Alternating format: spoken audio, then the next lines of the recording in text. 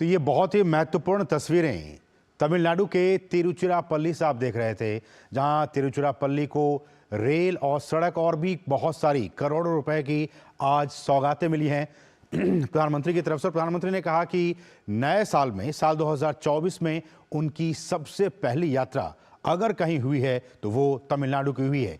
क्या कुछ रही बड़ी बातें, सिलसिलेवार तरीके से आपके टीवी स्क्रीन पर।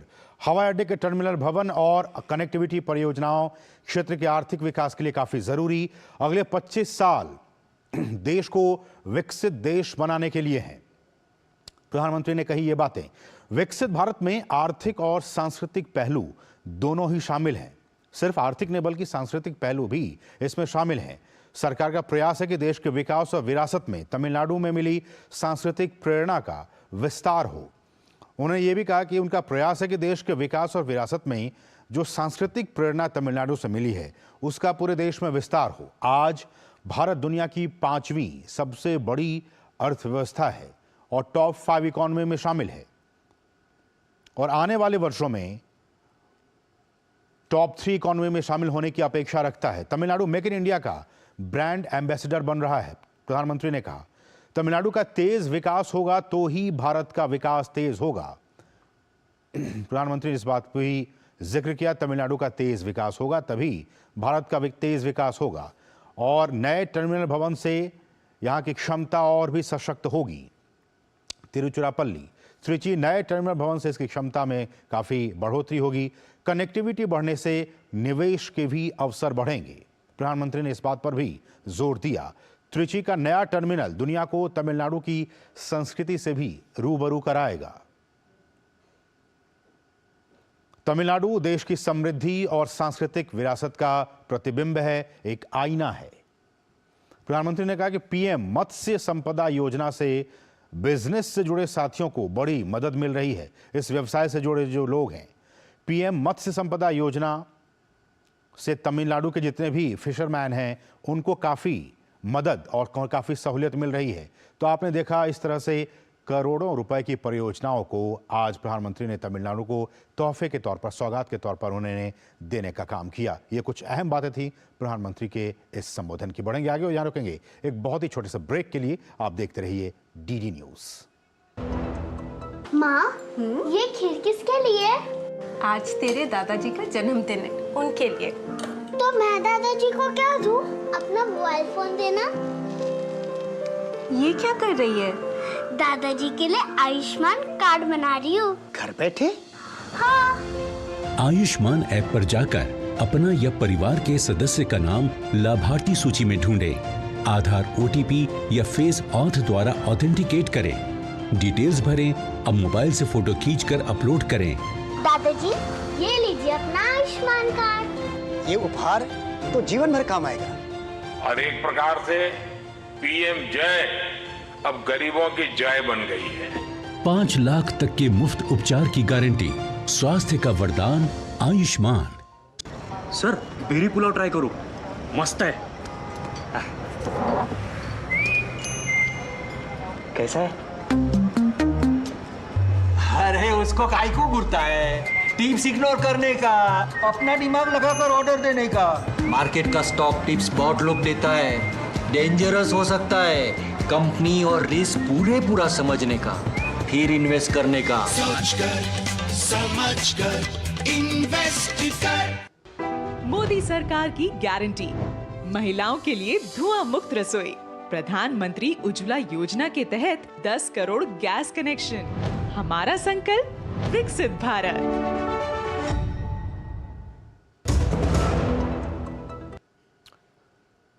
और अब कुछ दूसरी अहम राष्ट्रीय खबरें।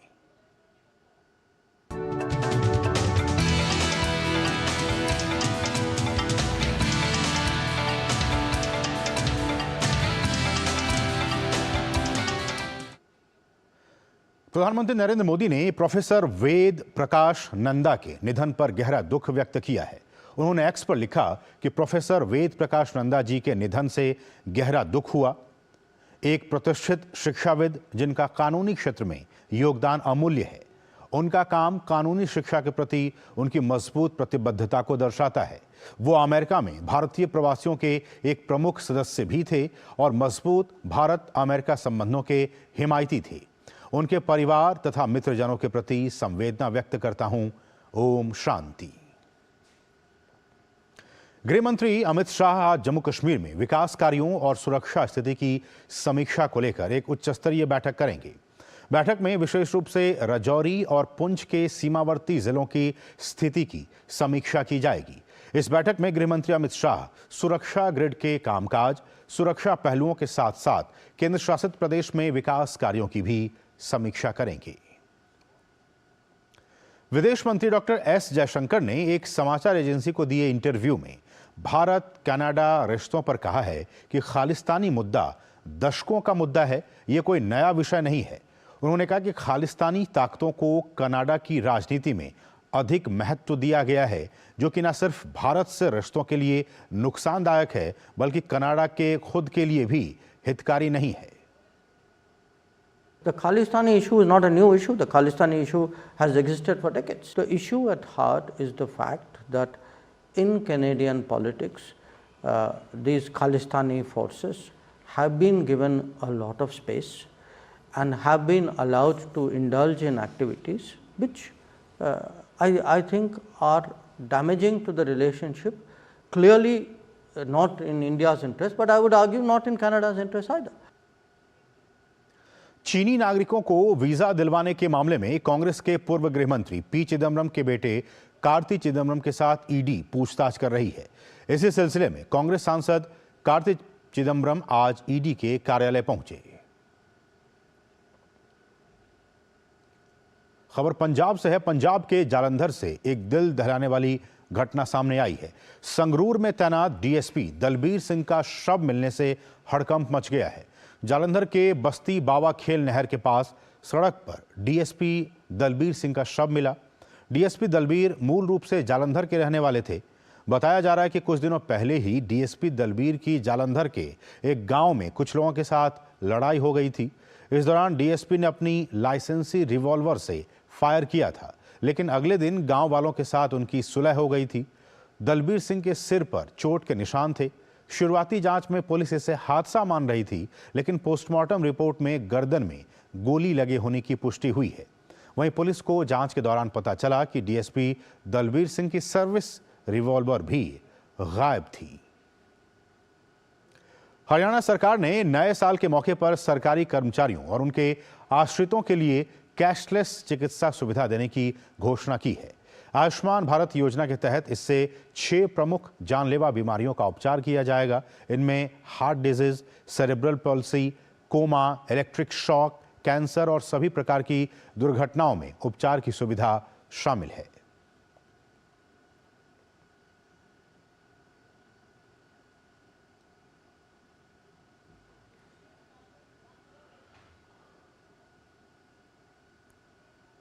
और अब बात कोरोना की। देश में कोरोना के सक्रिय मामलों की संख्या 4,565 हो गई है।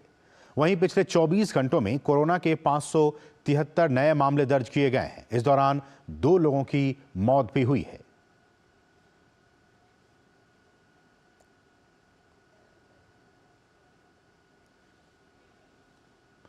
बात ठंड की। दिल्ली समेत देश के उत्तरी हिस्से में कड़ाके की ठंड पड़ रही है। पारा लगातार गिरता जा रहा है। दिल्ली एनसीआर में कोहरे और प्रदूषण की दोहरी मार पड़ रही है। वहीं शीतलहर से ठिठुरन बढ़ गई है। हाड़ कपाती ठंड से बचने के लिए बेघर लोग रैन बसेरों में रह रहे हैं। मौसम विभाग के मुताबिक पंजाब, हरियाणा, उत्तर प्रदेश और उत्तरी राजस्थान के कुछ हिस्सों में अगले 2 दिनों तक शीतलहर जारी रहेगी। और दिल्ली में कोहरे के कारण 26 ट्रेनें देरी से चल रही हैं। भारतीय रेलवे ने इसकी जानकारी दी है। दिल्ली वासियों को कुछ दिनों पहले जबरदस्त कोहरे का भी सामना करना पड़ रहा था, लेकिन अब दिल्ली में कोहरे के सितम से लोगों को थोड़ी राहत मिली है। वहीं देश के कई हिस्सों समेत जम्मू कश्मीर के श्रीनगर में भी कड़ाके की ठंड पड़ रही है। श्रीनगर में तापमान 0 से भी नीचे चला गया है। तापमान 0 से नीचे जाने के बाद शहर शीतलहर की चपेट में आ गया है।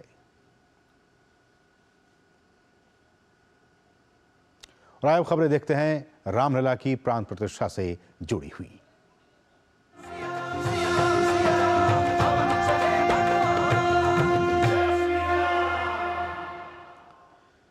अयोध्या में राम मंदिर की प्राण प्रतिष्ठा की तैयारियां जोरों पर हैं।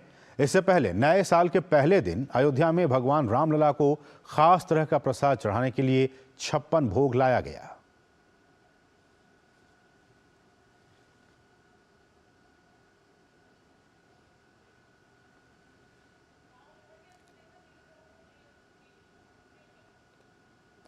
और 22 जनवरी को अयोध्या में भगवान राम की प्राण प्रतिष्ठा होने वाली है और इससे पहले ही अयोध्या में श्रद्धालुओं का तांता लग गया है। पूरी अयोध्या को खूबसूरत तरीके से सजाने की तैयारी चल रही है। अयोध्या में काफी संख्या में श्रद्धालु पहुंच रहे हैं, जिसको देखते हुए प्रशासन ने भी अपनी तैयारियां शुरू कर दी हैं। हमारे सहयोगी चंद्रशेखर जोशी ने बात की है एसपी सिटी अयोध्या मधुबन कुमार सिंह के साथ। एसपी सिटी अयोध्या मधुबन कुमार सिंह हमारे साथ हैं। इनसे हम बातचीत करेंगे कि अयोध्या में किस तरह का उत्साह है 22 तारीख के लिए। सर, अब 22 तारीख को प्राण प्रतिष्ठा होगी भगवान राम की, किस तरह की तैयारियां हैं प्रशासन की, क्योंकि काफ़ी संख्या में लोग आ रहे हैं यहाँ पर? इसके लिए अलग से सिक्योरिटी प्लान और ड्यूटी प्लान किया जा रहा है। आज आप देख रहे हैं नव वर्ष है, पहला दिन है। हनुमानगढ़ी पे लोग बागों की बहुत ज़्यादा भीड़ है, श्रद्धालु यहाँ बहुत आ रहे हैं। अयोध्या में जब से नवनिर्माण और पुनर्निर्माण का काम शुरू हुआ है, यहाँ श्रद्धालुओं की संख्या में भारी बढ़ोतरी हुई है और उसी हिसाब से हम लोग पुलिस का इंतजाम करते हैं। आज भी हम लोगों ने अलग अलग जोन और सेक्टर बना के पुलिस का इंतजाम किया है। हनुमानगढ़ी जोन है, सुरक्षा के दृष्टिकोण से जन्मभूमि जोन है, नागेश्वर नाथ मंदिर जोन है, घाट जोन है। इसके अलावा ट्रैफिक पुलिस की ड्यूटियां और पीएससी की ड्यूटियां अलग से लगाई गई हैं। और पिछले कुछ दिनों में आप लोग बढ़ रहे हैं यहाँ पर आना, लोग बढ़ रहे हैं पहले से यहाँ पर आना? बिल्कुल, यहाँ पर लगातार श्रद्धालुओं की भीड़ बढ़ रही है। लोग बाग यहाँ पर दर्शनार्थ आ रहे हैं, अपनी धार्मिक आस्था को संतुष्ट करने के लिए लगातार आ रहे हैं और लगातार भीड़ बढ़ती जा रही है। बहुत बहुत शुक्रिया सर।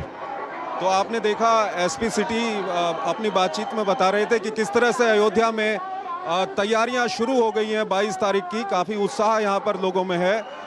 मैं चंद्रशेखर जोशी, डीडी न्यूज़, अयोध्या। और भगवान राम की प्राण प्रतिष्ठा का समय बहुत ही करीब आते ही अयोध्या के साधु सन्यासियों में भी काफ़ी उत्साह का माहौल है। अयोध्या के साधु सन्यासियों से बातचीत की हमारे सहयोगी चंद्रशेखर जोशी ने।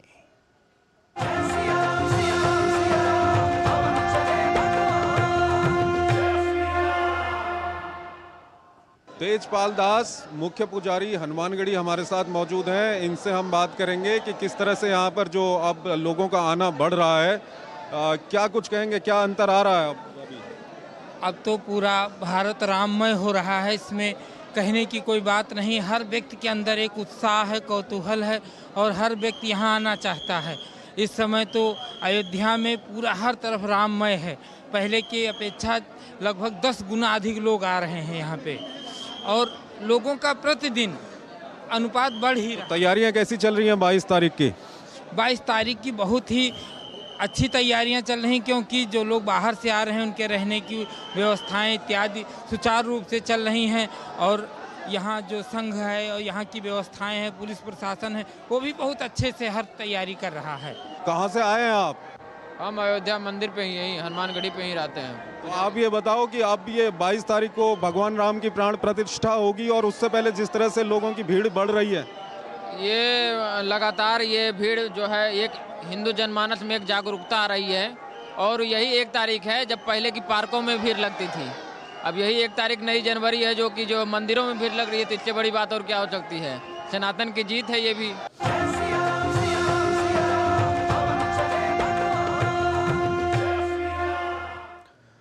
और देखिए 500 सालों का इंतजार अब खत्म होने जा रहा है।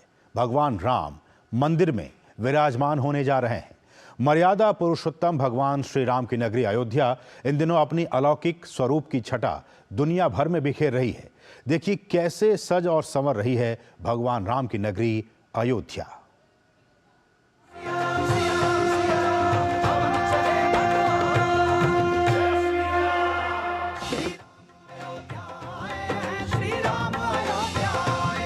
श्री सज रही है अयोध्या, संवर रही है अयोध्या। अयोध्या में जहां एक ओर भव्य और दिव्य राम मंदिर बन रहा है, वहीं धर्म नगरी अयोध्या का कायाकल्प हो रहा है।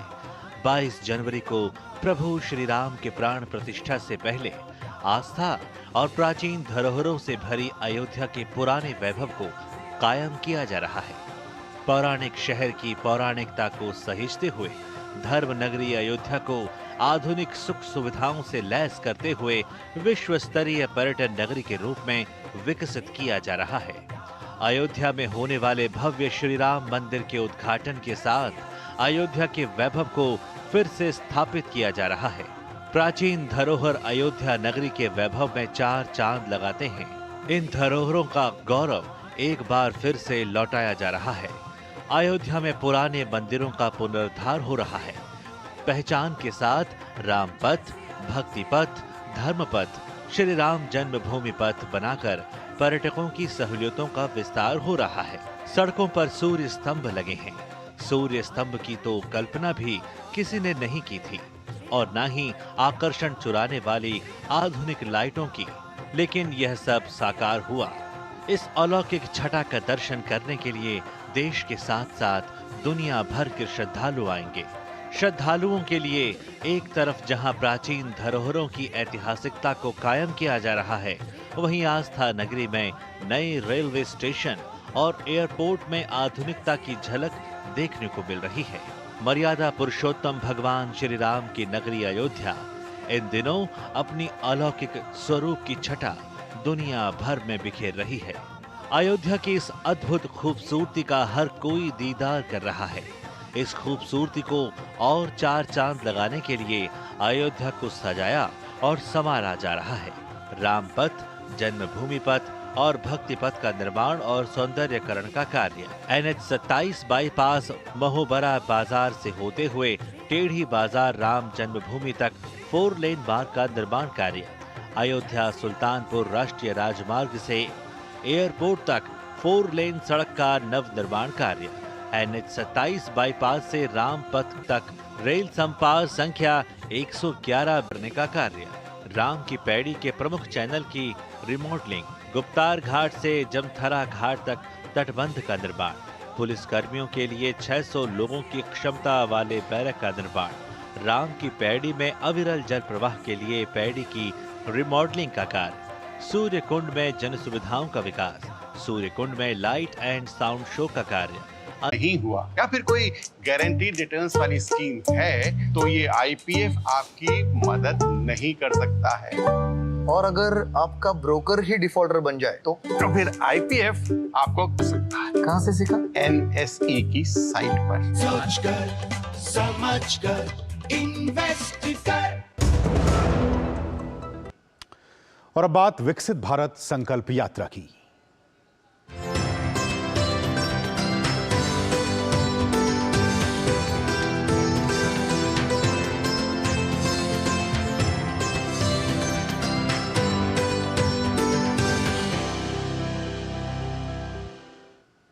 विकसित भारत संकल्प यात्रा का रथ छत्तीसगढ़ के अलग अलग जिलों में पहुंच रहा है।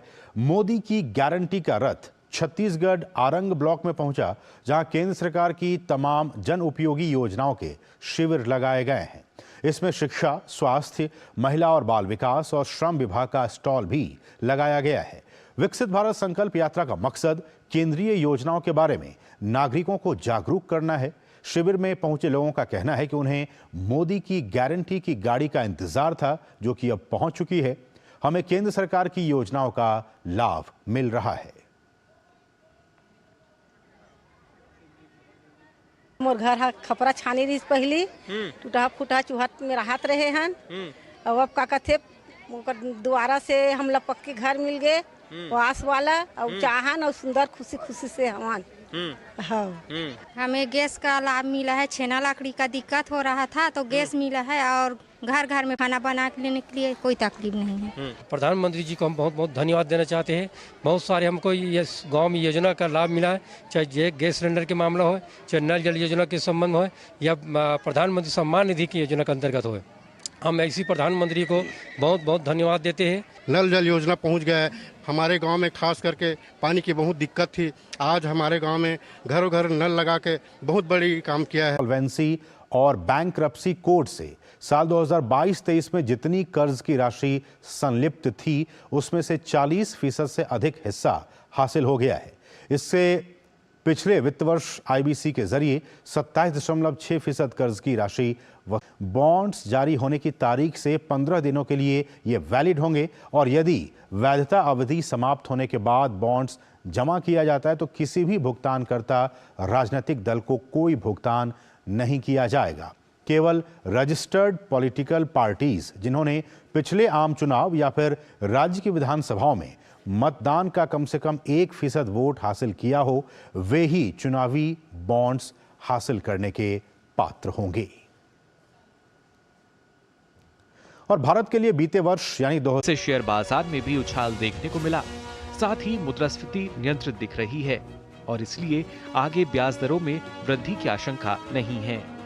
वहीं अप्रैल से दिसंबर 2023 की अवधि में साल दर साल 12% की वृद्धि दर के साथ 14.97 लाख करोड़ रुपए का सकल जीएसटी संग्रह हुआ। इन तमाम कारकों से भारत की आर्थिक वृद्धि मजबूत बनी रहेगी। हालांकि अन्य दक्षिण एशियाई देशों के लिए संभावनाएं अधिक चुनौतीपूर्ण हैं। Bureau report, DD news. और अब खेल जगत की खबर।